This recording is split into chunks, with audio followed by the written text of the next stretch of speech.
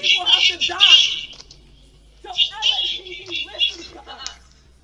If we don't cut this, then you don't get no business. Black Lives Matter, the hashtag, like we were just out there like organizing folks. We did not have money.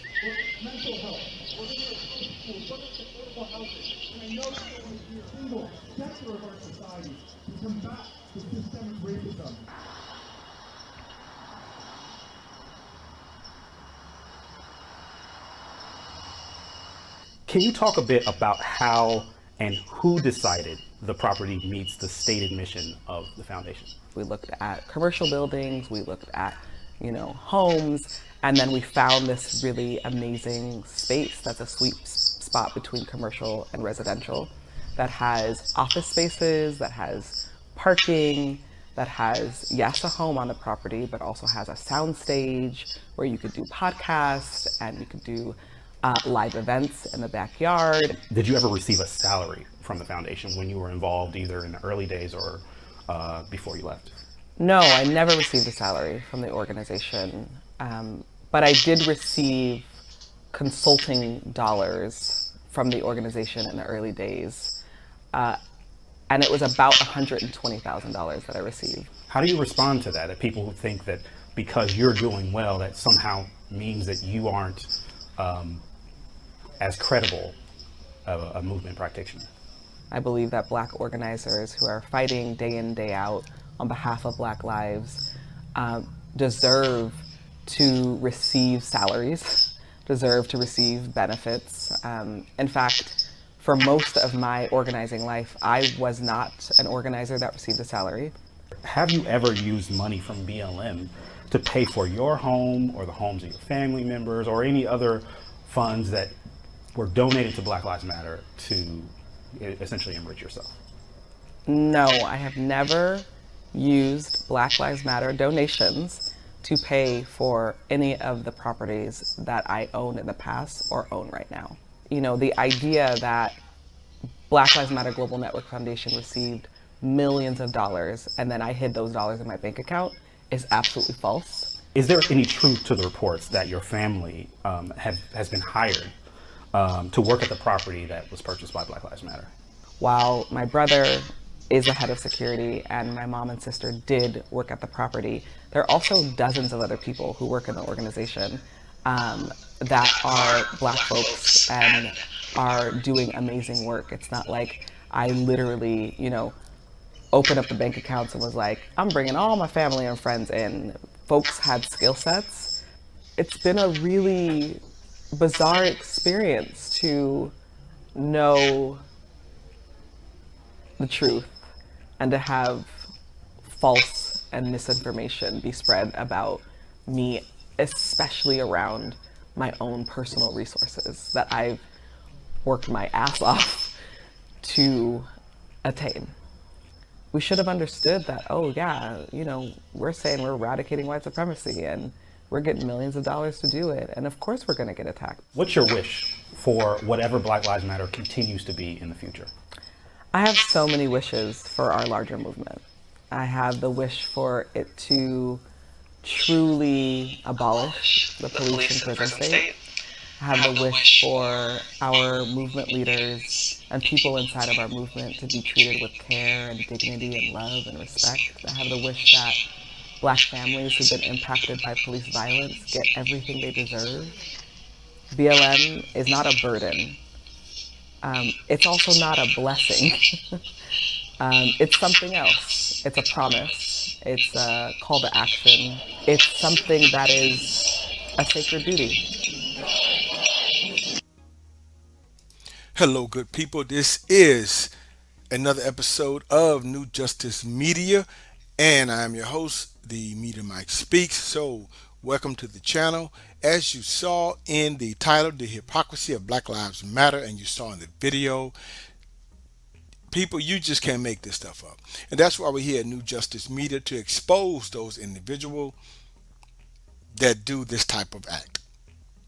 The frauds, the shysters, the manipulators, the ones who just, prey on, feeble-minded people and the ignorance of people. So anyway, As you all know, Patrice Cullors is back in the news. What's the young lady name? Candace Owens did go to her home and just wanted to ask questions about what was going on. And she played this little, Patrice played this little, just that she came to my home and all this. I don't want to hear all that. Now they try to explain the millions and the mansions. Now I did do a video on that a while back on my other channel, the Media Mike Speaks, but I wanted to bring this update to your attention because they're back in the news. And I'm going to give my thoughts on this. Now, here we go. On Thursday, the three leaders of Black Lives Matter Global Network Foundation, that's a foundation. Now, if you don't know what a foundation is, good people, look, this is where you can put money into something and it's tax free. And the government really doesn't bother you about it because it's a foundation. You see, so you can do what you want with the money. Anyway, they addressed the controversy that has surrounded the organization over the last month when it was revealed in April by New York Magazine that Black Lives Matters founder Patrice Cullors, it's the colors of coolers. I don't secretly purchased a 5.8 million mansion in Southern California. Outrage quickly ensues. In an effort of transparency, the 990s were posted on the Black Lives Matter Foundation website. Now, here's the thing, people. This guy, this is Shalamaya Bowers held a media roundtable discussion to address the organizational finances. Bowers, whose consulting firm received $2 million according to the tax documents, explained how that's typical in business. Less than 10% of the $79 million raised were dedicated to overhead and operational expenses, which is in stark contrast to the 30% overhead costs from organizations that get an A ratings from nonprofit watchdog organizations like GuideStar. Whatever it is they're talking about. But anyway, bottom line is no, ma'am. You received the money, you spent the money. Now he went on to explain more of how Black Lives Matter funds have been distributed. Over 25 million has been reinvested into the black community. We're gonna talk about that because I haven't seen anything.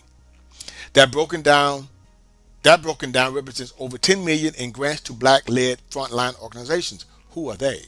Truly doing the work of abolition on the ground. Over 13 million in grants has gone to Black Lives Matter chapters. Nearly 3 million have gone out in grants to impacted family foundations. 3 million has gone out directly for relief to black people who were struggling during COVID when the administration was providing stimulus checks. Unquote. Now I'd like to know who were they because it is my understanding that the families of Breonna Taylor said they didn't get anything. They didn't. So what's going on? Because supposedly many of the donations came in after Black Lives Matter Global Network received an unprecedented amount of donations after the deaths of George Floyd, Breonna Taylor, and Ahmaud Arbery. As I stated, Breonna Taylor's kinfolk were furious. They said that, look, we haven't received anything. They have not helped us at all.